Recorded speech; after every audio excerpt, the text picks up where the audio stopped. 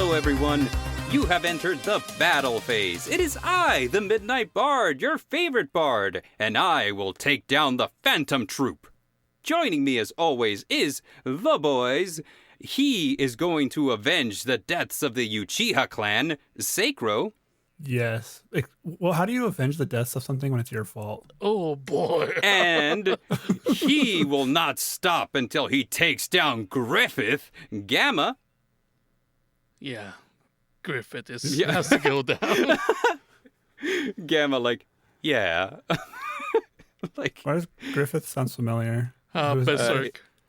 Berserk, yeah. Oh, Berserk. I will never.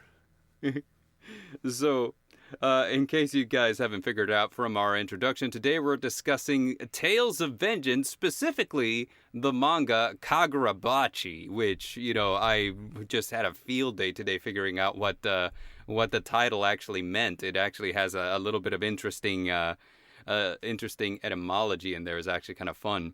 But before we get started, just a couple of housekeeping matters here. If you are loving the podcast, you want to, tell us what we should read next, or you want to ask us questions, give us comments, tell us how handsome we are, you can reach out to us on our socials at the Battle Phase on X. And as always, I am going to double check that that's right because I can never quite remember. I think it's right. I think it's right too, but just in case, let's see. Yeah, at the Battle Phase on X. We're also on Threads and Instagram at the Battle Phase. And we're on Threads? Yeah, we're on Threads. People use Threads? Nobody uses Threads. I thought Blue Sky was the new one. Yeah. Blue Sky is the new one, but here's the thing. Recently I was on a commercial shoot. And when I was there, I tried to network with other actors. And apparently Instagram is the thing to use if you're an actor trying to network, which really bugs me because I didn't used to have an Instagram before that. I hate Instagram, I kept trying to tell people, well, you can follow me on Twitter. And they're like, nobody uses Twitter. And I'm like, anyway. So what I ended up doing is I made myself an Instagram. And then at the same time, while I was at it, I was like, you know what? I'm just going to go ahead and make a Threads. And so we have a Threads because one of the things that kind of came up was I don't really post many pictures, but, I do like to just give little blurbs of things that I'm thinking. And they were like, oh, well, you can use Threads. And I was like, oh, okay. So, yeah, so there's a thing that we can do. So that's what I went out and did. We don't have a TikTok yet, though. Crazy. We don't have a TikTok yet. However... aren't they supposed to ban that soon? What happened to that? Starting January, from what I understand. Or from what I've heard. I don't know. Yeah, and then other than that, our Darker Than Black episode, the Cursed episode, is now up, which is exciting because, we've been trying so hard to get that one published forever, recorded and published, and then finally it got recorded, and then immediately I had problems while editing it, and I was like, this episode just does not want to get made, does it? And then you needed my audio, and I was on vacation.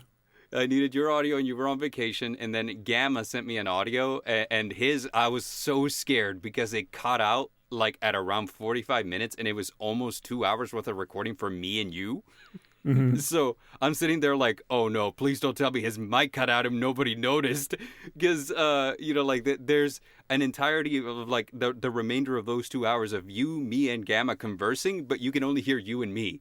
So I was like, oh no, we lost Gamma. And I was like, okay, worst case scenario, I could try to edit this so that it doesn't sound like this is a three-way conversation missing a piece.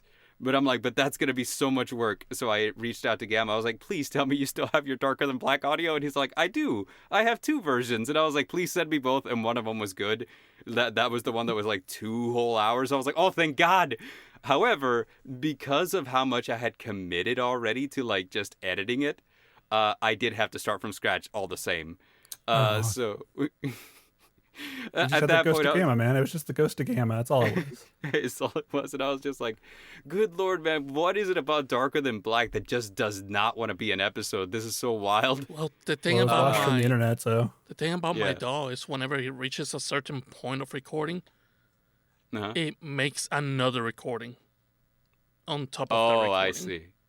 What? I got you. What are you recording on? On Reaper. whenever it reaches like an hour mark, it cuts off and it continues recording. I'm sure that there must be a setting for you to like mess I gotta with that. find that out though. Yeah. Just sail the 7 seas for audition, man. It's worth it. I love how, we don't... Seikro is not a fan of One Piece, but he keeps suggesting One Piece related things. I mean, how piratey are they actually? Have you ever heard of like honest trailers? It's like, I think it's like a Screen Rant thing. Yeah, I used to watch honest trailers back. Yeah, so they did one for the One Piece live action, and they were like, oh, well, this is Monkey D. Luffy. He wants to be king of the pirates, but I don't think he knows what a pirate is. Because, like they keep cutting to clips where he's all like, pirates don't assault innocent people. Pirates don't steal just for the fun of it. And so he's like, see, if you're on the seas, but you're not committing crime, that's called sailing. You want to be king of the sailors. He's a sailor. Might as well. I mean, I was just going off so I've seen very little of One Piece, but I figured it would eventually deviate and become what every single one of those shows becomes. Like Naruto or ninjas, kind of. Yeah. For a little while.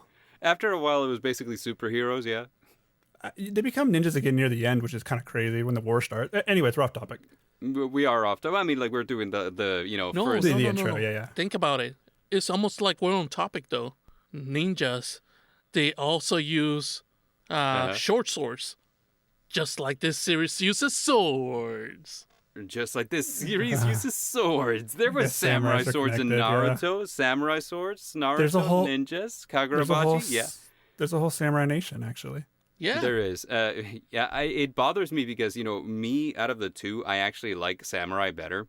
And Kishimoto tried to make a samurai manga right after Naruto, but it bombed so hard. And he was just like, yeah. And so he immediately was like, you know what, Boruto, and that's how we ended up here. Oh, I thought he gave Boruto to somebody else, and they made it, and he just overlooks it, quote unquote. I am not 100% sure about that, to be honest. So maybe. I just know they're doing my boy Sasuke dirty. That's all I know. They're doing Sasuke dirty, and honestly, I think they're doing Naruto dirty too. Because given how he was an orphan, it's really weird how he's really hands off with his kids. Exactly. Well, it makes sense that he would be. You usually do end up doing whatever happened to you. That's just the trial. That's how it works. Yeah, I mean, you I don't know about that, but like, yeah, okay. So other than that, our channel, Gamers Playing Games, you can check us up on YouTube or Gamers Playing Games TV. And on there, last thing that we did, we played Bulletstorm, and you can hear Helix fine, but me and Seikro are so muted. Oh, whoa. Like, did you go back and watch the stream? I did not know. Is it really that bad? It's pretty bad, dude. Like, you can hear us, like we're like, but it's almost like you could hear us down the hallway. You know what I'm saying? That's what I expected. We had a lot of audio issues for that one for some reason. We had a lot of audio issues, and like it seems like we're gonna have to go to the Bard School of live streaming because I learned to live stream specifically on YouTube. So like I'm familiar with all of the mistakes we've been making, but a lot of the times I'm like, I need to be hands off so that you guys learn, but at the same time it's like, oh no, this is a mistake. I should be hands on so that this doesn't happen. I mean, every time we start the stream, I usually have to go through Helix's settings or your settings again. No, yeah, so like you're our audio guy, but I feel like I'm the broadcast dude. Yeah, I don't know how to I don't know how to do that stuff. It's fine. Yeah, so by our powers combined, we should make a perfectly watchable stream, right? No. Captain Planet. So powers combined. Let's go. With our powers combined, Captain Planet. Speaking of Captain Planet, so we read 30 chapters of Kagurabachi. This was Helix's recommendation. So Kagurabachi, I'm going to go ahead and give the spoiler warning for up to chapter 30. We initially intended to read the whole thing, but that kept coming up with issues, and I feel like this is the second cursed episode. As a matter of fact, I think Seikro, I think you were the first fourth. One. Yeah. Fourth? Oh, okay. The fourth cursed episode. Every quarter this year, we've had a cursed episode. What are the other two though? Like, I'll find them while you guys continue. Okay, sure thing. So let me go ahead and give you the rundown of what happens. This is Kagurabachi is set in a world that's recovering from a great sorcerer war. During the war, sorcerers were kind of running rampant. Magic was kind of insane. People were dying left and right until a magnificent swordsmith named Kunishige Rokuhira crafted 6 enchanted blades.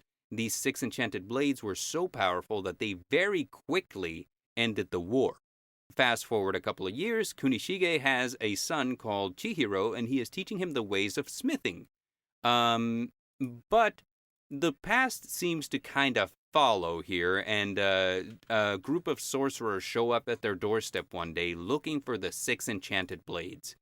They knock out Chihiro, they kill Kunishige, and with that, they leave Chihiro, I guess, for dead. And then we fast forward again a few years to find that Chihiro is now a young man on a path for vengeance. He is very determined to regain the enchanted blades that were stolen, so he's out hunting for those enchanted blades. But on the way there, he is on a war path to put an end to anyone who would have been involved with the death of his dad. Accompanied by one of his dad's old friends, Mr. Shiba, a guy who's very mysterious. All we know is that he's friends with the family, but other than that, his powers kind of like... He never straight up says that he's a teleporter, but I suspect that that's what his power is. I don't know. I think that they pointed out I think that he teleports. Out, yeah. I think they did in the early one. Yeah, like you before... teleport somebody and they throw up. Yep. Right. So Chihiro and Shiba are facing an entire criminal underground in an attempt to get the enchanted blades back, and just put an end to all of those guys involved in this heinous crime.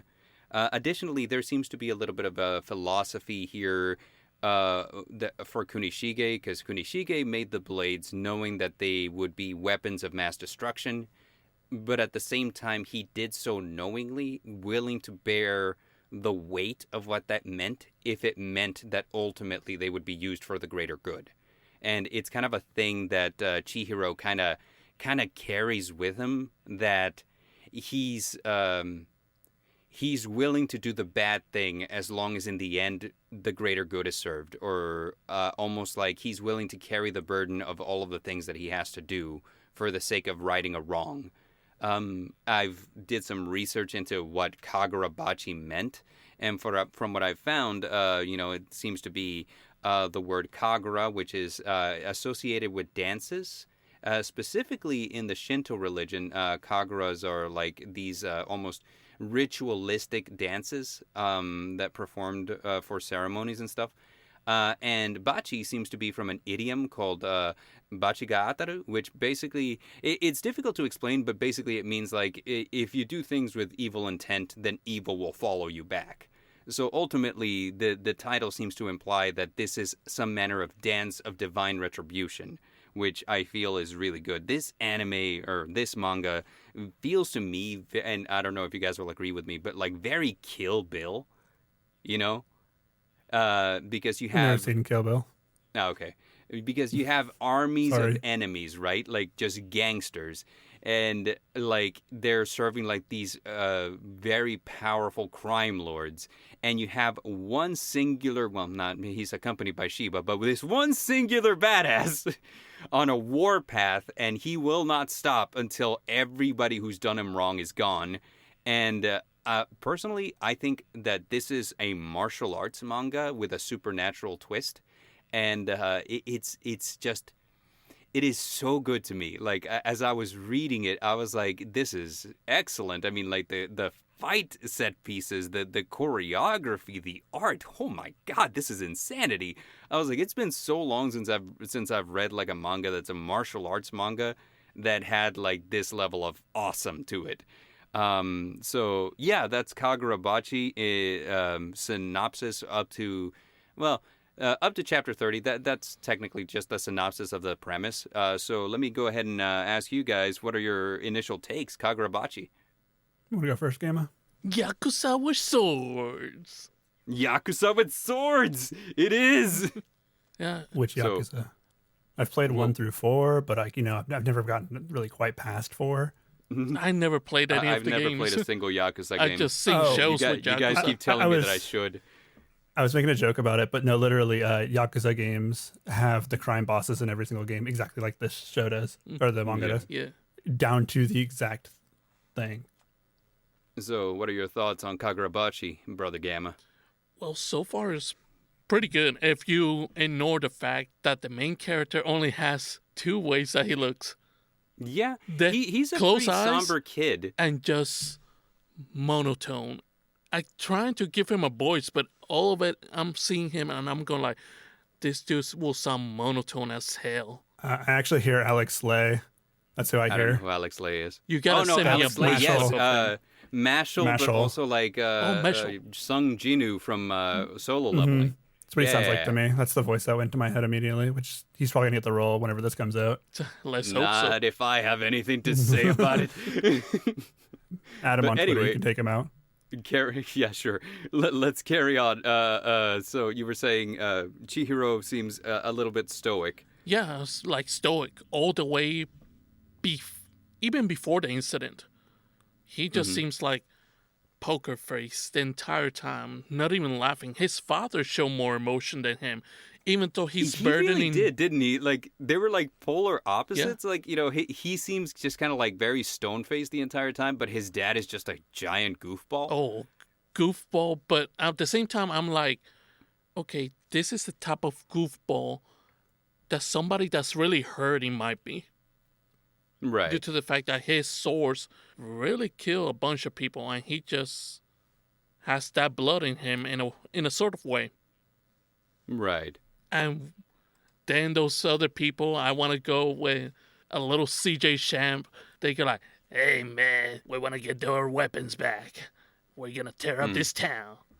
Yeah. Yeah, Because I like it. Keep going.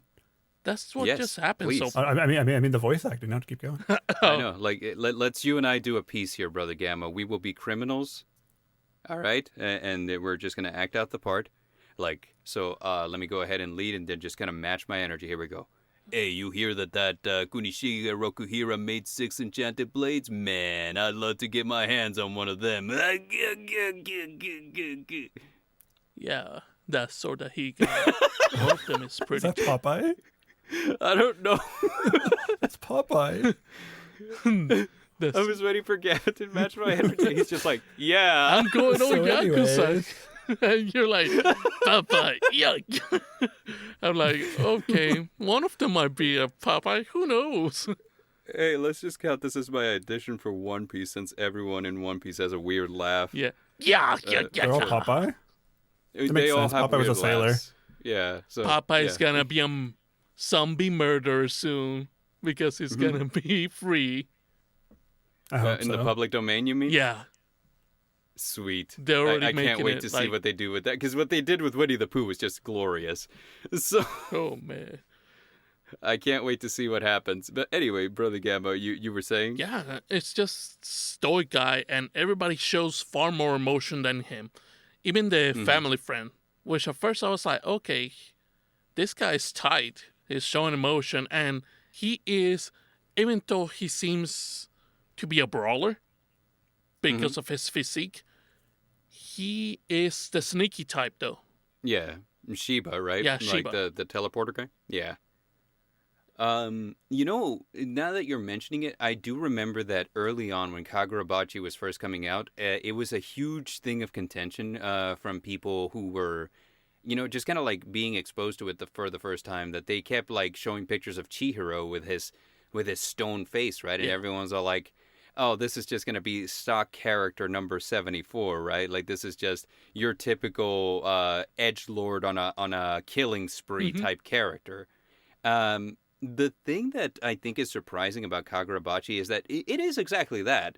But at the same time, it seems to have like this weird oddball sense of humor. You know what I mean? Yeah, but the sense of humor in humor there? comes from the other characters, though. Not yeah, the from humor the main comes from the other character. characters. Yeah, like, and I feel like not just from the other characters, but also from like how awkward some situations can be. Mhm. So yeah. And it gets dark. It does a little bit, yeah. Like, within the first 30 chapters, we kind of encounter a lot of things that this criminal underground is doing, and a lot of it involves human trafficking, human experimentation, Yep. and it was some of it on a literal child, right? So it's just like Which- really, really heavy stuff. With the little child, if you think about it, remember, what's the name of that stupid series I just finished? My Hero Academia. What's the name of that No. stupid The series? stupid series. That was one of the most popular in the world for a moment. Yeah, I got you. Go ahead, Gamma. When the Yakuza guy was also doing experiments on Oh. a girl too with healing Overhaul powers. on Airy. Yeah, That was the coolest part of that entire series, to be honest I with you. wanted him to be the main villain the whole time. Really, he gave those vibes. And honestly, like, it could never be anyone less than All for One. You know what I mean? Like, because they really set him up to be like the biggest Chekhov's gun from the very beginning. It's like, oh no, this guy's still alive. I'm like, the guy who almost killed All Might is still alive. I was like, okay, Yeah. he's the final villain. There's no chance he isn't. Yeah, I think we all knew he was going to be the final villain, but we didn't expect how cool that fight to be. That it was just like, how do you actually go up from here? From the overhaul fight, the overhaul fight was pretty fucking baller. I'm not gonna lie. In the anime, it was probably like top 10 fights I've seen for like just that kind of anime. Oh, It Right? was so good. nice. Yeah. So, any further thoughts on Kagurabachi? The fact that it was a little bit inspired by that show, as a matter of fact. The girl heals our main character just like on the other series. Oh. Deku gets healed by that little girl as well. I see what you're saying. So you're thinking that maybe the author for Kagurabachi was inspired by My Hero Academia? Yep. At least on this part. Since I haven't gotten anything past 30. It You feels like know- it's also a common trope as well. Yeah, and another thing that I'm gonna say here is that I recently, as I've been doing research on manga of different kinds, I've come to the realization that a lot of these manga artists who end up working for the same comic book magazines are usually friends with each other. Oh. So like it's a well-known fact that the guy who wrote Hell's Paradise and like the guy who wrote Dan Da Dan and the guy who wrote Chainsaw Man all know each other. So it's kind of like one of those things. So it's probably not uncommon that a lot of the times while they're just hanging out, they're just kind of bouncing ideas off of each other, and they just kind of like end up writing a lot of similar stuff because that's what their friends are doing. You know what I mean? That's what we need to do. But then again, Every Wednesday, we're meeting up. We're bouncing ideas off each other right now. But then Yeah. again, at the same time, the way that I see it is more like I read too much stuff. So to me, at one point or another, I'm going to be like, okay, this reminds me of XYZ manga. So Since the tropes are similar. something to be that I needed to say here is that I forgot to mention who the author of Kagurabachi was. It is Takeru Hokazono. So, like, normally I introduce that whenever I'm talking about the title, but I totally forgot. So Oh. Takeru Hokazono wrote Kagurabachi and illustrated it too. So there's that. Oh. Now, Good for to them. your point, Brother Gamma, yes, I see where you're coming from, but honestly, that's a problem with media everywhere when you think about it. Because, like, if you look at the most common, like, sitcom premises here in the U.S., we have, like, kind of dumb but well-meaning dad, way too hot for this guy mom, and then you have typically two kids, one that's really smart and the other one who's really dumb. That's your basic premise for any show, right? And Wasn't then it like usually, the 90s that did that, though? Like, we haven't done that in forever. yeah. So like the things that are happening now is kind of like, oh my gosh, like either It's like even popular way now. way nerdy person who doesn't belong in this position ends up in this position, and now they have wacky coworkers. It's almost what it seems like, So I'm thinking like oh gosh, like Two Broke Girls, Big Bang Theory, et cetera, et cetera. You know what I mean? Or the overly seen that. overpowered character on this series. Not on this manga, but on any other series. With a long ass title. Way too long of a title. Yeah. Or my least favorite trope. We're taking a I tripped over myself. We're taking a beloved goofy comic strip or IP from back in the day, and we're turning it dark and gritty. Think Riverdale. Think The Addams Winnie the Family. Pooh. You know, or well, Winnie the Pooh's in the public domain. That was inevitable, because the internet exists They also now. did it with Sabrina the Teenage Witch. They also did it with Sabrina the Teenage Witch. Which, I thought was fine at first, but then as it went on, I was just kind of like, well, this got really over the top, didn't it? Anyway, Kagurabachi. Apparently Riverdale is just better than the actual comics, though. I liked my goofy Riverdale comics. I liked wondering who's Archie going to end up with, Betty or Veronica. I loved watching Jughead just eat burgers. Why was it That's Veronica? who I Or why mean. Veronica was the right choice? You kept saying Riverdale, and it didn't click in until you said Archie, and I'm like, oh, that's who you meant. Yeah, Yeah. Archie. Like The Archie dude, guys. I love it whenever Jughead just eats a bunch of burgers. That's one of my favorite gags. Yeah. But yeah, so Kagurabachi, Brother Gavin, did you have anything else? That's pretty much all that I'm thinking, and I'm up to Charter 30. I could recommend it. Yeah. So, And no, Sacro. Yeah. I actually stick within the lines. I didn't went ahead of anybody. So we're Yay! all on the same page. Oh, here we are. We did it, finally. We What did episode it! are we on? Hold on, let me count. 11. Actually, this would be episode 12. Darker Than Black was 11. Oh, you're right, 12. Yeah, so we did it. We did it, episode boys. 11, we finally stayed on the same page. How wonderful. Everyone start Fortnite dancing.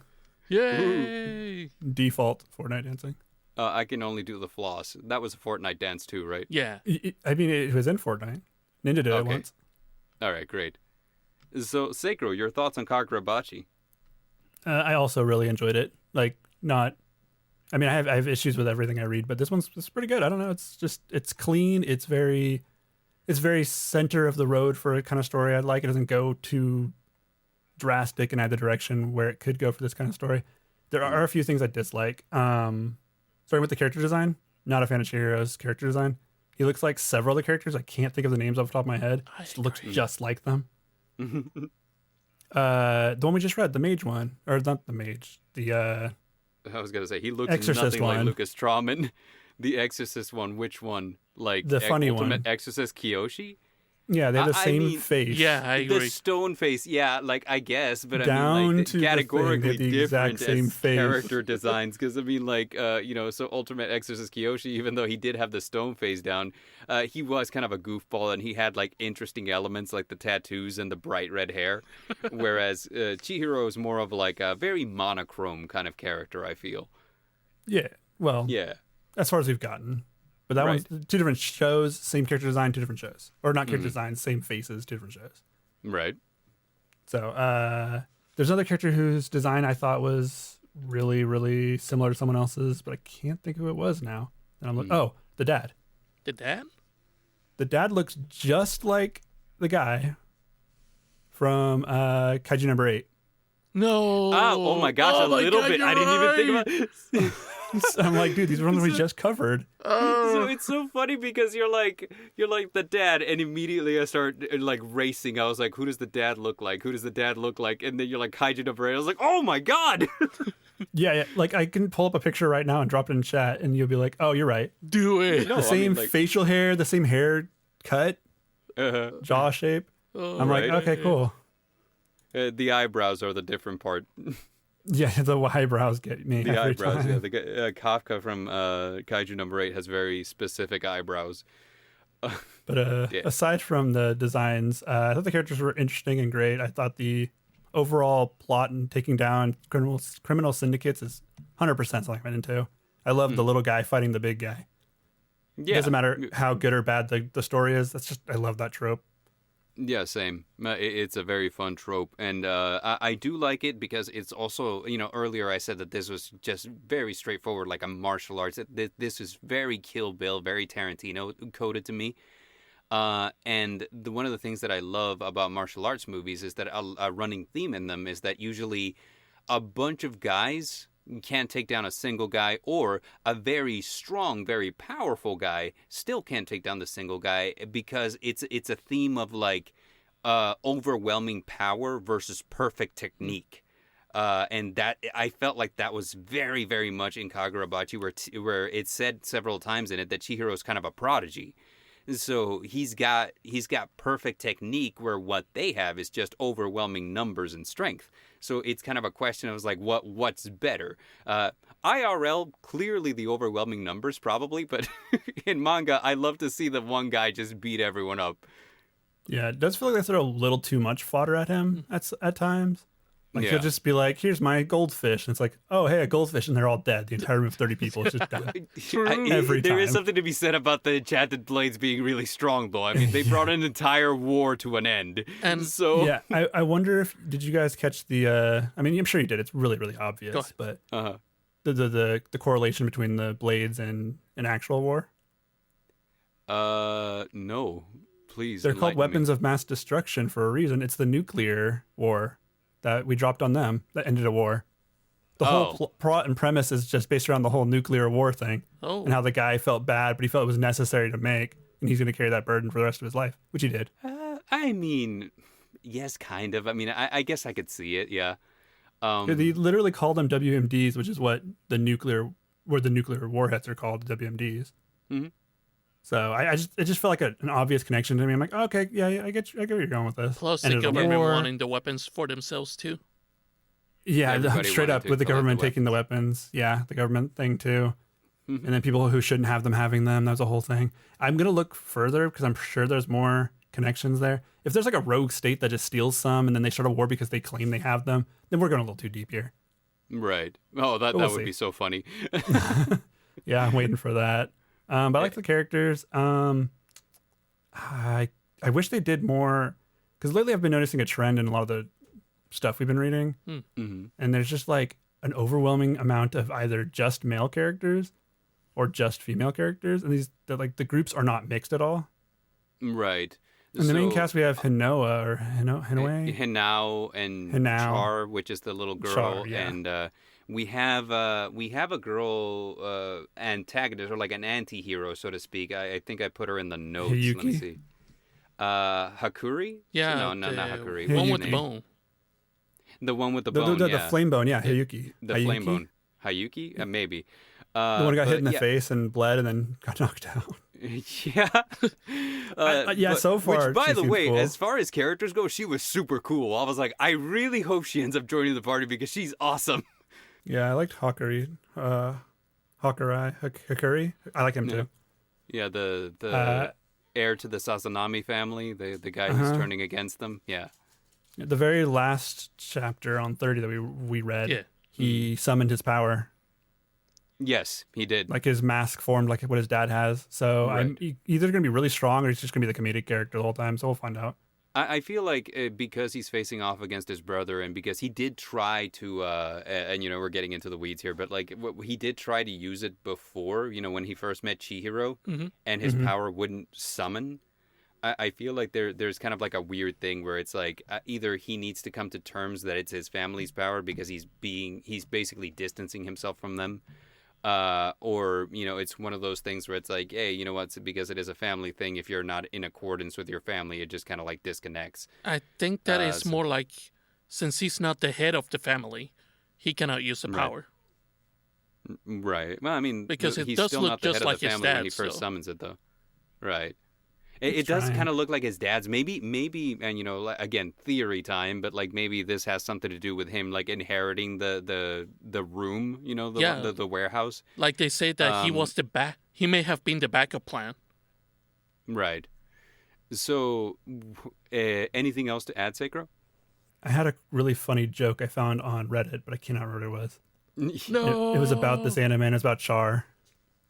Oh, someone said they hope that they do a good romance story like the one in 7 Deadly Sins. Oh, no, please, no. No. Someone said, I hope they do a really good love story like 7 Deadly Sins. And they're like where they get together and before the show ends. And I'm like, I don't know what they're talking about. They're like, I hope it's not like 7 Deadly Sins, Bon, and whatever that girl's name was. Exactly, no. Right. I'm like, yeah, I caught you. That's the only thing that I could think of. And I was like, please, no. That's exactly where I was going. Like, no. There's a little girl. No. Do not. Yeah, no. That's what I was trying to. That's what I was trying to get to. They don't have much. Like Char's got a sad backstory, but she's just not really a character for me yet. I feel like she What are you could be an talking about? Anya She type has thing. like the most personality out of everyone in this story. She's just a child. Feed me. I know. The entire time, feed me. Yeah, feed me. I love that one chapter where she's in the back seat and Chihiro's like, okay, fine, let's get you food. So he gets her food. And then, like, immediately she's like, we need some dessert to wash this down. So he's like, okay, fine. And then they're like, got her some dessert. And he's like, you satisfied now? And she's like, well, and then now she has a boba tea. He's just like, you just had dessert. I think she got the boba tea before the dessert. Right. She's like, well, I got to wash the boba tea down with something. He's like, right, you're right. My bad. Oh gosh, I actually saved like a screen cap of like one of the pages because I thought it was so funny, and I was like, I know we're gonna discuss Char at some point, so I was like, let me see, where is this? It's I did have one more thing too. Okay, go for it. I liked Chihiru's his whole inner struggle, his whole struggle and stuff. Like, it feels relatable. It's interesting. Mm-hmm. I do wish he leaned more into the vengeful side of things. Oh, because he's turning it. Because at certain points he just kind of turns into every anime protagonist ever, where I have to defend the innocent and fight for what's right. My dude, you just care about killing people. Like, why are you doing that? I get why you're doing it, but like, he just jumps to it really fast, and it's just I know it has to be that way. That they're never gonna make the story that's just like, oh, here's the main character you care about, but he's also just brutal and ruthless. They don't ever go down that way all the way. I want him to be brutal and ruthless at times. I was like, those do exist. Just ask Gamma. He has a whole bunch of them. He's recommended to me. But like, I've read a few. I mean, specifically, this is a shonen, right? Right. And so shonen protagonists usually don't go full like revenge mode. It's always like the optimistic good guy main character who kind of prevails, or they always have that side of them. So I feel like that's wrong. I feel like I've seen one, but I can't tell you what it is because I can't quite remember it, and I swear it's like bugging me now. But like I feel like it does exist.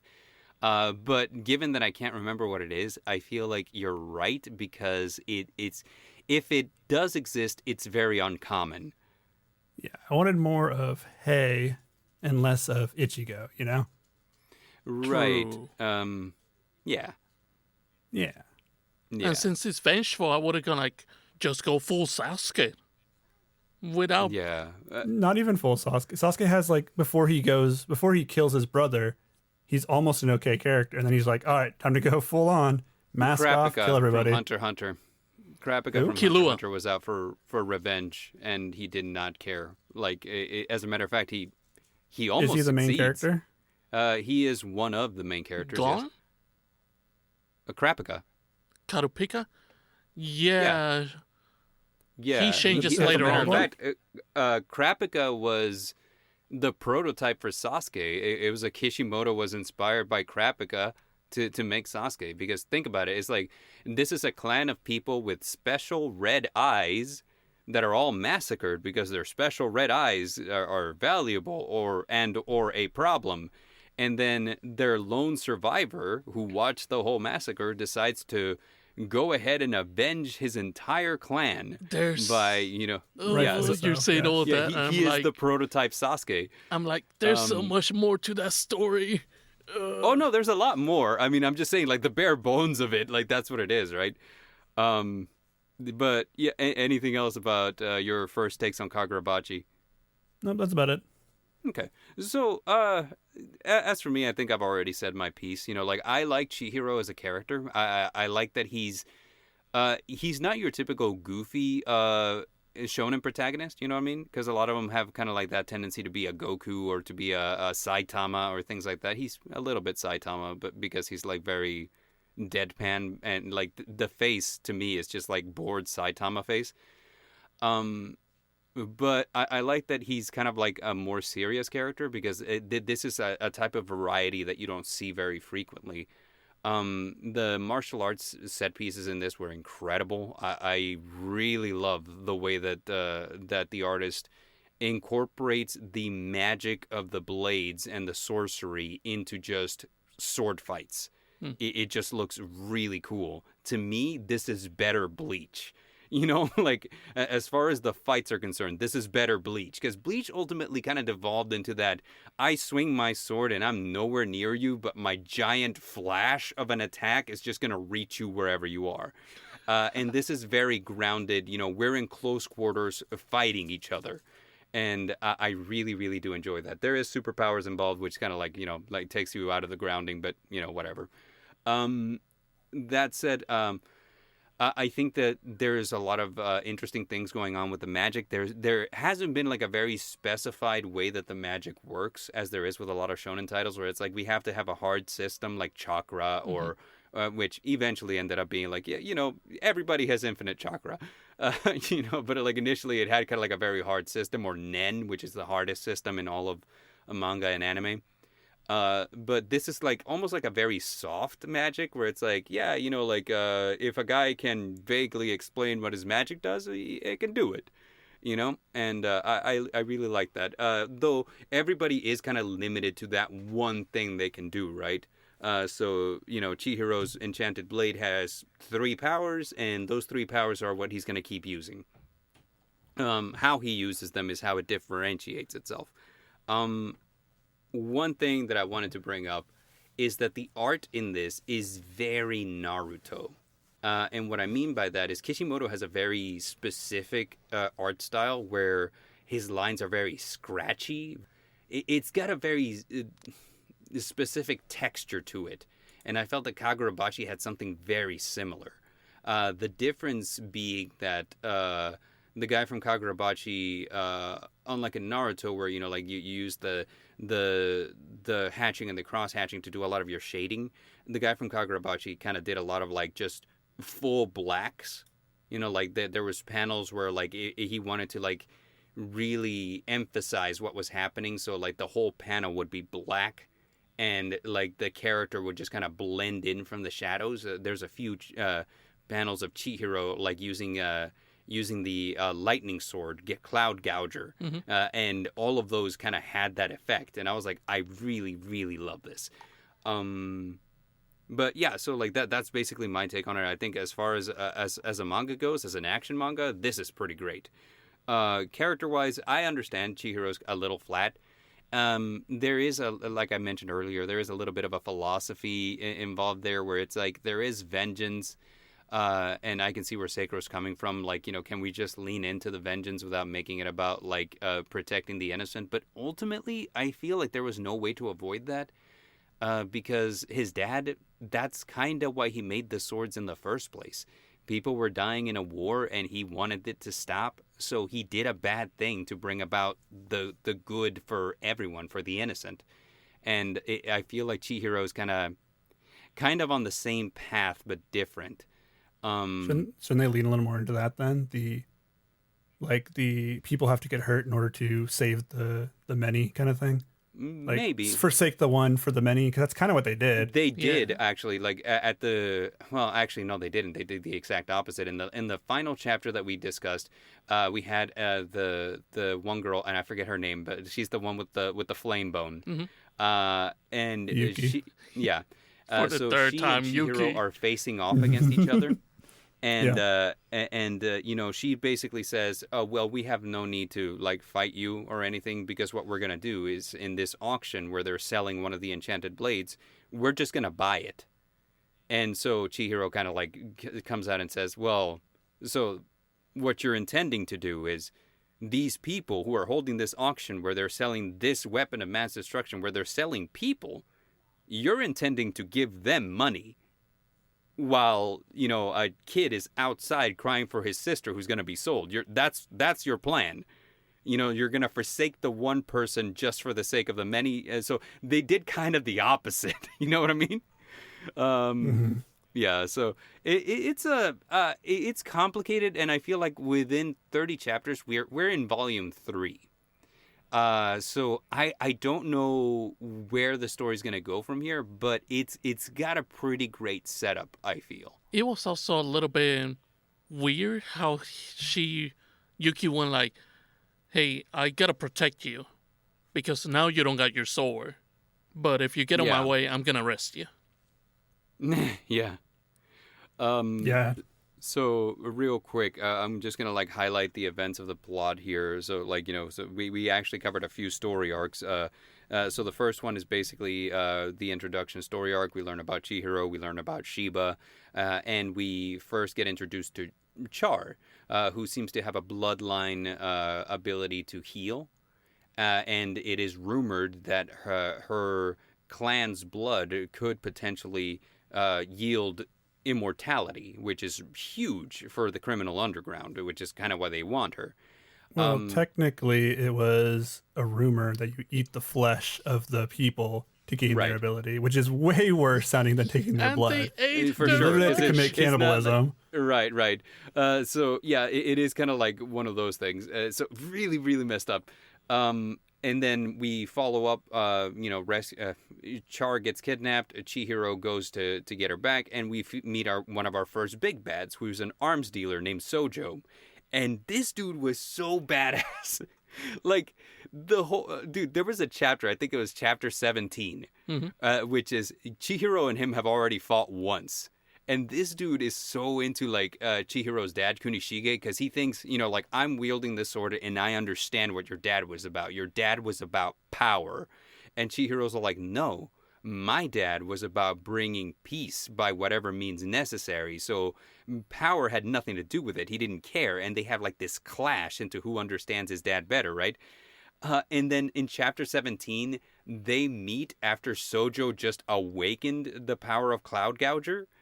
And he took down a whole group of government guys out to get him. What were they? The Kamunabi? Yeah, the Kamunabi. So the Kamunabi. So there's this group of elite dudes who just take out sorcerers, and this one guy with an enchanted blade took out all of them, and now he's here to fight Chihiro. And in this chapter, it's basically like the chapter preceding it ends on like their fight was over in a moment. But this is a full 10-page chapter. And the moment is just being stretched and like all the moves being made. And all you can think about is like they're moving at the speed of light is what's happening. These are a bunch of moves happening back to back to back in the blink of an eye. This is so exciting. I was like, this is great. I love this. And at the same time, that Soju guy, he was evolving as a fighter. Because the information that Shiro gave to the Kamunabi, it just proved wrong. Because he said, hey, he uses his attack, one of you is going to have to eat it, and the cooldown is such and such seconds.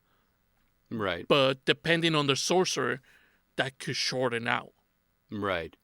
And it's almost like maybe these enchanted blades kind of like, they probably also bring out like the best in their wielder. Like if there's a wielder that wields a specific blade for an elongated period of time, it's almost like they start to become one or something, I think that is part of it because they do attach themselves to the blade. The person does. True. They do. And they did say earlier, as he was learning the blade itself, it was learning him. And so, yeah, he shaved off 2 seconds from his thing, and it was enough to win that fight. Right. So that was like our first story arc. We rescue Char from like this dude. And then the next story arc that we started and we didn't conclude because by chapter 30 we're just getting into the thick of it is the auction. Chihiro and Shiba get word that there's going to be an auction where one of the enchanted blades is going to be sold. It's a huge criminal underground auction, so there's going to be a lot of dangerous people there after the sword called Shinuchi, which as of now, I don't think we know what it does. We just only So- know that It's the it's the strongest strongest. sword. We just know it's supposedly the strongest. It needed a specific container because unlike the other ones, Kunishige said this is the one that we can't allow to fall into the hands of bad guys, and which is exactly what it did. This auction is led by the Sasanami family, the leader of whom has the power to create this metaphysical warehouse, supposedly metaphysical warehouse, where he stores the items that are going to be for sale. And these items include anything from like high value thingamajigs to weapons of mass destruction to people, as we said. So just very cartoonishly over the top evil villain guy. And so Chihiro, Shiba, and one of their new allies, one of the fallen sons of the Sasanami family, Hakuri, are making plans so that they can infiltrate the auction and take back the sword before it falls into any wrong hands. And there's all kinds of stuff that goes down in between here and there. So with all of that being said, what was you guys' favorite story plot? What was your guys' favorite chapter? I don't know if I have a specific chapter, but I do really like the fight with Sojo. That fight with Sojo was so sick. He literally gives up his arm to win the fight. Yeah. And I like how it was told, because they're fighting each other, but it's told in a way like they're sitting down for tea. They're discussing. Yeah. But they're not, obviously. It's like a lot of people say, a lot of anime manga say, they talk to each other by fighting each other. Like, right. I learn you better through fighting. It's like, yeah, okay, I say that a lot in anime, but they actually showed like the what that fact would with Sasuke and like. Naruto, right? Right. And like I've said this before, and everybody rolls their eye when I say it, but I'm like, I can tell a lot about a person by the way they play their Yu-Gi-Oh cards. Oh, Everyone rolls their eyes it. when I say that, but I'm like, I can read an opponent very quickly the way they do things. So it's like, wouldn't that just be based on deck knowledge? deck knowledge, but also like their sequencing can tell you a lot of what they have in hand. That's really specific. But anyway, I'm looking to like, I'm thinking about gotta like trust me, bro. you gotta like I explain play people yourself on League of Legends. I can tell what all kind of this player they are. episode. Like, I can't tell what kind of like who they are as a person. I can tell what kind of player they are. Gamma, back me up. You can tell a lot about a person by the way they play their cards. Okay, no shade to our friend on the said server, no. but there's Gamma was two just like, types of no. Yu-Gi-Oh players: the ones that embracing you, and the ones that go like, "I miss the good old days." When Yeah. all I thought you you were have going to to say do those who is- can read and those who can't. Also, yes. when you have to play Blue Eyes, bring out two monsters, and that Blue Eyes will finish the job. Right. Nowadays, you can bring out your strongest monster on turn 1. But additionally, and like this is just the last that I'm going to say about this is pros have certain ticks that they do. And I don't know where they learn these things, but it has been the case that every time that I've faced off against somebody who's done very well in a tournament, they have certain things they do. Like, for example, like they'll shuffle, like whatever cards they hold in hand, they'll just keep shuffling them. You know, like they do not like their hand to be stationary. They will constantly be shuffling them. They will every time that you play a card, they will point to it and then just kind of like take mental note. And so like it's really weird, dude, but you can kind of tell. I think that's a whole nother discussion for people who play Yu-Gi-Oh. It is a whole nother discussion. This might not make it to the final episode. I might leave it in. Because if the based fans on what like he's it. saying, It's like, I want to ask Bar, okay, so what kind of guy was the dude going around with the box saying that undefeated, come and duel me Oh. the convention? Obnoxious is what that kind of guy is. 100% obnoxious. you don't need to duel him to know what he's Yeah, you don't need to about. duel Like, him He just to know. tells you. This is why I said no. He came to ask me, he's like, you want to duel? I was like, no. I was like, I could already tell that this will be the most insufferable game that I've ever played. He's going to like start calling out moves as he's using them. Yeah. So just, I'm like, I do not want any part of this. But anyway, Kagurabachi. So we were talking about like your favorite chapter and knowing your opponent by fighting them. Yeah. I didn't care for like Sojo himself was fine. He just felt like the typical first crazy guy you meet. Yeah. But I mean, he was very evil, so it was cool to see him lose. Right. But a big thing too was the difference between how they interpret things, right? So he sees into what his dad has done, completely misinterprets the thing entirely, but believes he's correct because there's no other way someone else can look at this. Right. As soon as he gets challenged, he's like, "Oh, how dare you challenge my worldview?" Yeah. And that's like and then you start fighting, you know. And that's Yeah. I think that's a big thing that people can take away from this story is there are a lot of worldviews out there, and some of them might actually be wrong. For sure. That being said, I thought Sojo's design was just super fucking sick, though. I thought as a character, I was yeah, that's how you design a character. That looks cool. I hated his eyes, but everything else was cool. Doesn't he kind of look like a Bleach he kinda character?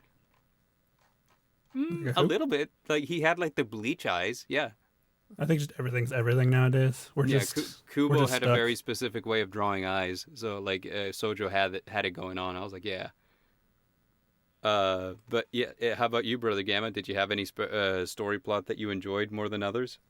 As crazy as it sounds, I like the powerless guy, Haruki. Uh-huh. He actually has inspired our protagonist, telling him, "Hey, that sword suits you," because Yeah, and also like you saved me is the Exactly. thing that he said to him. Yeah. yeah, you saved me. And he also, we didn't see it until later on that, hey, that guy actually saw the fight and he saw Shihiro take that full lightning head on so that everybody could live. Right.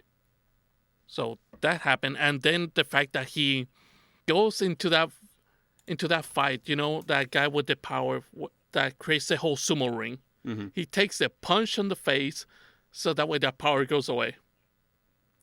Yeah. I don't know if he did it on purpose, to be honest. Well, I mean, he was taking the punch for Chihiro for sure, but I don't think that he knew that the pocket dimension would disappear. Like, so I think he intended to take the punch for Chihiro. I just didn't think that he knew what the result of that would be. All those little accidents that he does are Hmm. quite funny and convenient at times. Yeah. Why are his eyes so big? I'm looking at his character design again. Those things are huge. He also kind of looks like what's that failed God show where he's trying to get people to follow him as his new religion or whatever. Oh man, there's so many. He makes swords out of people, or he makes swords out of souls. Noragami. Yeah, he kind of looks like Noragami's the way they design characters in Noragami, like the main guy. Uh-huh. Right. At least from this image I'm looking at. I'd show you, Yeah. but it's this is audio only. Sorry. Now, I Sorry, was gonna chat. No, say, no, like, no, you're if good, you you're like good. shows about failed gods, you gotta watch Kamikatsu. That was a trip. But anyway, Brother So Gamma, far, continue. I like the manga. It's just the main character. Like, I agree with Sakura as well. I want more leaning to the vengeful side of you. Go all out. Because that's Right. my type of manga. And, there's no telling if that ends up happening or not because, again, we're only into the third volume. We don't know what happens beyond here. I kind of do because initially we were going to read up to chapter 53, so I'm like 2 chapters ahead. And there's a thing that happens where I'm like, oh, interesting. This could be a tipping point. Hold on. Am I hearing right? But The bar went ahead of us? well, Wait, he the told us intention was to get to chapter 33. Yeah. It turns out that what we But said he's, earlier was a lie. At least he's not being like, oh, you're right. Oh, Well, you're wrong. I'm not so far ahead of you guys that I have just like You got me. omniscient knowledge of like story Yeah, plots, yeah. like 2 chapters ahead, like honestly the status quo remains unchanged, okay? So Also, you guys asked about the cursed episodes earlier. Yeah.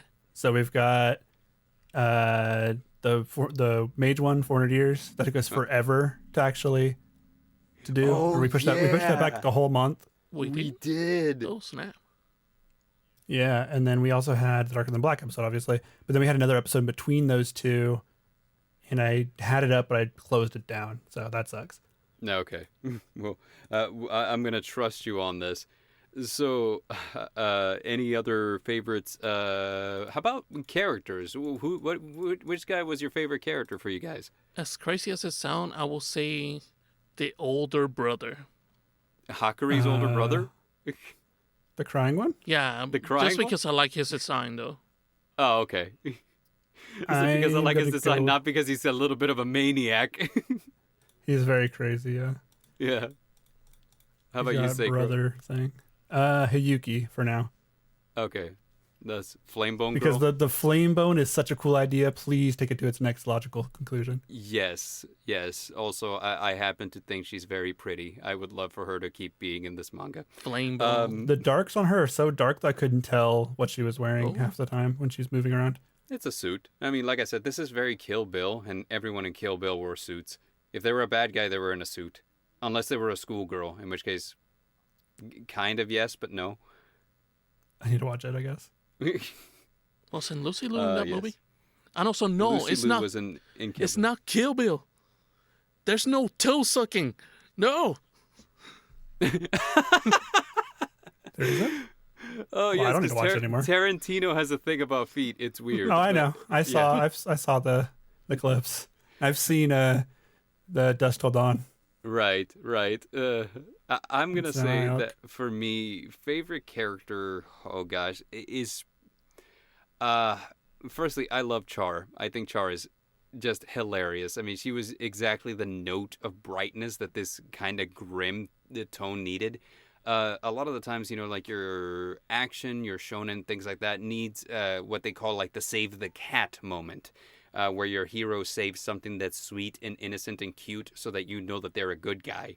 And Char was that. But aside from Char, because besides getting kidnapped and healing Chihiro, nothing happens. I have to say I'm a fan of the dad, Kunishige. I feel like he is a guy who kind of hid a lot of wisdom and a lot of like knowledge, a lot of expertise behind his kind of like dumb guy persona. And I think a lot of it was probably because due to the fact that he did a bad thing to bring about peace, and he kind of didn't want his son involved in any of that. So I feel like he was trying to paint kind of a whimsical world for his son, where things like this, yeah, they're a thing of the past. We put the swords away. We try not to look at them. We make sure they don't fall into the wrong hands. But for the most part, that war is over. And now when we talk, we talk about goofy things like, what are the goldfish saying? I wear silly T-shirts. So I don't know. I really really liked that. I was like, I really wish that he'd stuck around, that he was still alive. There's no telling if he is or isn't. You know how manga is. So, yeah, But I think he's down and buried though. maybe this Nah, wouldn't be the first I'm time going with that. that theory now.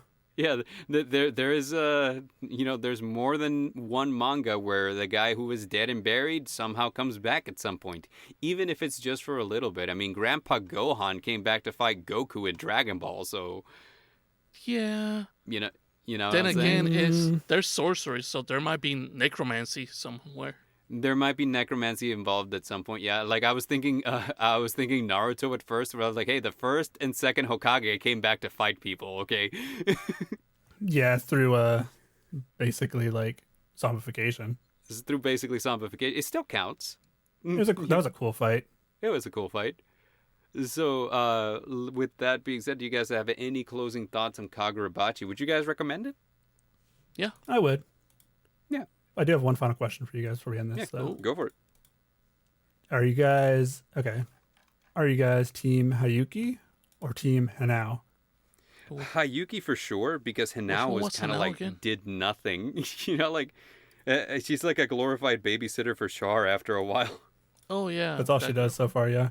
Yeah. But who do you think is a better foil to Chihiro? Like The as better a love interest? I know. I'm a huge fan of of characters who are in a ship, like they're shipped together, but like they're as strong as each other, so they're constantly challenging each other. You know what I mean? So Can't name any. for Hayuki and Chihiro, it's kind of a thing where I'm like, I like the idea that flame bone is said to be on the same level as an enchanted blade. Because I'm like, I really would like for them to sharpen each other's skills in whatever relationship they have going forward, whether that be friendship or rivalry or whatever, So I'm like, I'm a huge fan of that dynamic, and I really want that to be the case here. But knowing how anime usually goes, which do you think's the more likely option? I'm still gonna say Hayuki for sure. Hayuki, okay. Yeah, because Hinao, like, unless she gets like a ton of character development in the next couple of chapters, I'm like, she's just there, She's Alfred. She's not even on the main character list on the front page, so I don't think she's getting a whole lot. Yeah, like, she doesn't have her own cover, so Yeah. yeah, Not yet. not yet. You know how long it took for Hanat to get her own cover, though? A while. Yes. Yes. And then after that, she was never used again. So The tragedy of Hinata. right. So you guys would recommend it. I would recommend it too. I would say that this is definitely one of the better titles out there right now. It's really enjoyable. It's got a very, it's got a very simple plot. It's not as complex as a lot of them. But again, we're only on volume 3. It could evolve into something weirder. We don't know. Somebody pointed out recently that a lot of shonen is, like these are your basic everyday guys going about a life until at the end of the manga where they're fighting gods. And so we don't know. Maybe like they all seem to find their way there eventually. Or huh? What if the One Piece is God? Well, there is gods in One Piece. There's 4 of them. Oh, so when we find them? Well, Luffy is one of them. Oh, that's less interesting. So, yeah. So with that said, that is Kagurabachi. Just a 3 out of 3 hosts would recommend. We think it's really, really good. Any closing thoughts, guys? If Helix were here with us today, he would also recommend it. So that's going to be 4 out of 4. False, actually. I texted him, last week, and he was saying he didn't enjoy it. What? I thought he was the one who recommended it. Oh my! Yes, but he recommended it because it was something that was available and that it was new. But when he texted me about it, or whenever we texted each other about it, he was like, "I gotta be real with you, I'm not liking it." And then the next text I got was like, "I finished the auction arc," and I was like, "Okay." And so I really wanted him to be here so that we knew what it was that he didn't like. Because I was like, I liked it, and I kind of got the vibe from Sakura that he liked it, and I had a feeling the Gamma would like it. So, like, I really wanted Helix to be the one that told us why he didn't like it, but I don't know. Sorry, I should have been more critical. Let's see. Usually, I'm the person that says, I don't like this. What do you mean? I thought I was usually the I don't like this guy. Yeah, usually, I was going to say, like, yeah, but you more often than not, you're actually very okay with things. Kagura-sama. Well, Kaguya-sama was one thing. Name another. That was your idol, and I said no. Oh, dude, just a closing thought. I may cut this out, but you guys hear that Oshinoko concluded and the fans did not like the ending? And no spoilers, please. Yeah, no spoilers. I don't know what happened, but so Aka Akasaka supposedly after concluding Oshinoko said, "Hey, I'm coming up with this new manga. It'll be published soon." And like, there's a huge movement to boycott it because people were like, "No, Oshinoko ended like crap. No, go back and fix it." He already has another one going. Yeah, and so why would there's a new one. If he does the incest route, I'm done. Yeah. Also, have you guys heard that the creator of One Piece is sick, having some health issues? That's not surprising. All manga artists get there eventually. I mean, it is a nightmare, dude. I'm like, please don't work yourselves to death. That journey might not end. You may need to finish the series after all. Don't worry, I'm working on the 3-piece right now. Sakura will save us. Sakura will save us. I'll have to actually read it. So with that, if he dies, I'll read it. Okay, if he dies, you'll read it. Okay, does that count if he finishes it? No. I see. I knew that there was going to be a loophole here. I knew it. So with that being said, thank you for joining us today for our review of Kagurabachi. It is a great martial arts manga. It's got some interesting fantasy elements in it. It's Kill Bill with magic, which is just super cool. Until next time, I have been the Midnight Bard. These have been the boys. Later, everybody. Adios.